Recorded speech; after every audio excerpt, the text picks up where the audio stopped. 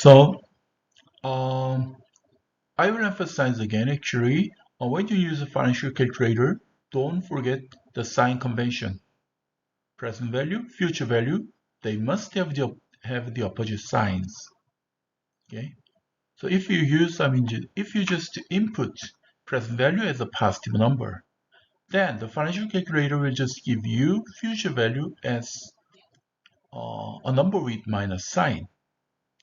So if you make a mistake, and if you input present value and future value with the same signs, then financial calculator will stop working and will give you the error sign. So don't forget the sign convention.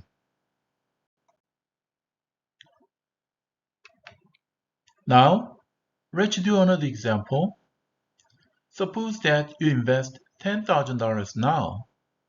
So this is present value. How much your investment will grow to in 7 years if annual compound interest rate is 11%. So, after reading this question, you should be able to figure out this problem is asking you to calculate future value. Now, n, number of years, is 7. And annual compound interest rate is 11%. I already said actually, if I don't say otherwise, this 11%, this is annual rate. And this is compound interest rate. They are in default. Okay. So assume that interest rate is compounded every 6 months. Okay. So interest will be compounded every 6 months.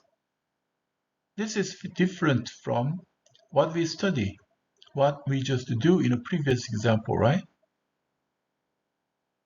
If I don't say otherwise, you can just think that actually interest is compounded, paid once a year, compounded once a year. But in this problem, I explicitly state that actually interest rate is compounded every 6 months, twice a year, right? How can you solve this problem? The first one is actually previously in this just lecture, we have studied how we can just set up the number of interest payment a year, right? Okay, we can use that. Okay, or there is probably a simpler way. Okay, now let's just see how we can just solve this problem without changing the setting about the number of interest payment year. So first two lines, they are about how to set up, prepare for your use of the financial calculator by setting up. Okay. Right, just a number of interest payment per year. Okay. So here what we are studying is this, right? Without changing the setup of the number of interest payment a year. Okay, we will just solve this problem by changing the period rate and number of years. Okay, so here present value is $10,000, right? So same as before, $10,000 press present value. And annual interest rate was 11%, right? But now, because we assume that interest is compounded twice a year or every 6 months, right? So you just divide 11% by 2. So now it's 5.5. So press 5.5 and press I over Y. Now N. Number of years is 7, right? But now we have assumed that actually interest is compounded twice a year or every 6 months, right? So in 7 years, there are 14 6 months, right? So instead of 7, you just input 14. and press N. You have finished inputting all necessary information. Then you press compute CPT and press FV. Then you will get the answer. This is future value. Don't forget the sign convention. The future value you obtained that appears on a screen, it has minus sign. Now, another example is you are looking at an investment that will pay $1,200 in 5 years. If you invest $1,000 today, what is the implied rate of interest? So, $1,200, this is future value, and $1,000, this is present value. And what is the implied rate of interest? And N is 5 years, right? So if I don't say otherwise, interest is compounded once a year. Then what is the implied rate of interest? Okay. So the unknown we want to obtain is actually R, I over R, right?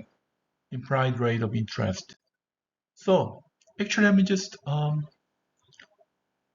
so we can just solve this problem in a very similar way as the previous problems if you use financial calculator. First 1,000 and press present value. But don't forget the sign convention. So present value and future value, they must have the opposite signs. So 1,000 press plus slash minus.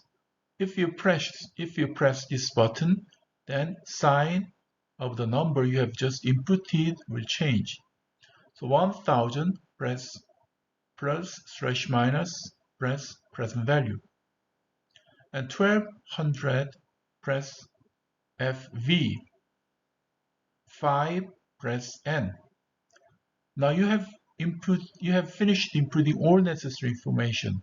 Then press CPT and press I over Y.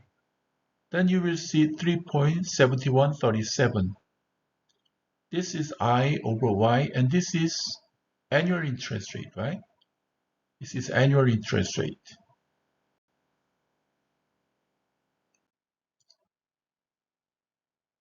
Now, let's do another numerical example. Suppose you win the Publishers Clearinghouse 10 million sweepstakes. The money is paid in equal annual installments of this number over 30 years. If the appropriate discount rate is 5%, how much is the sweepstakes actually worth today? Okay. So, number of years, 30 years. Appropriate discount rate, 5%. Okay. And see this, equal annual installments of this number, right? So, just think about the cash flow structure here. The same amount of money occurs at regular interval for a finite period of time. What is the name of this cash flow structure? That is annuity, right? This problem is asking you to calculate present value of an annuity. In the class, we have studied the formula for the present value of an annuity, right? You can use that formula to solve this problem. Okay. But also, you can use a financial calculator. That will be much easier, faster, right? So, how can you solve this problem? First, $333,333.33. Press payment, PMT, payment.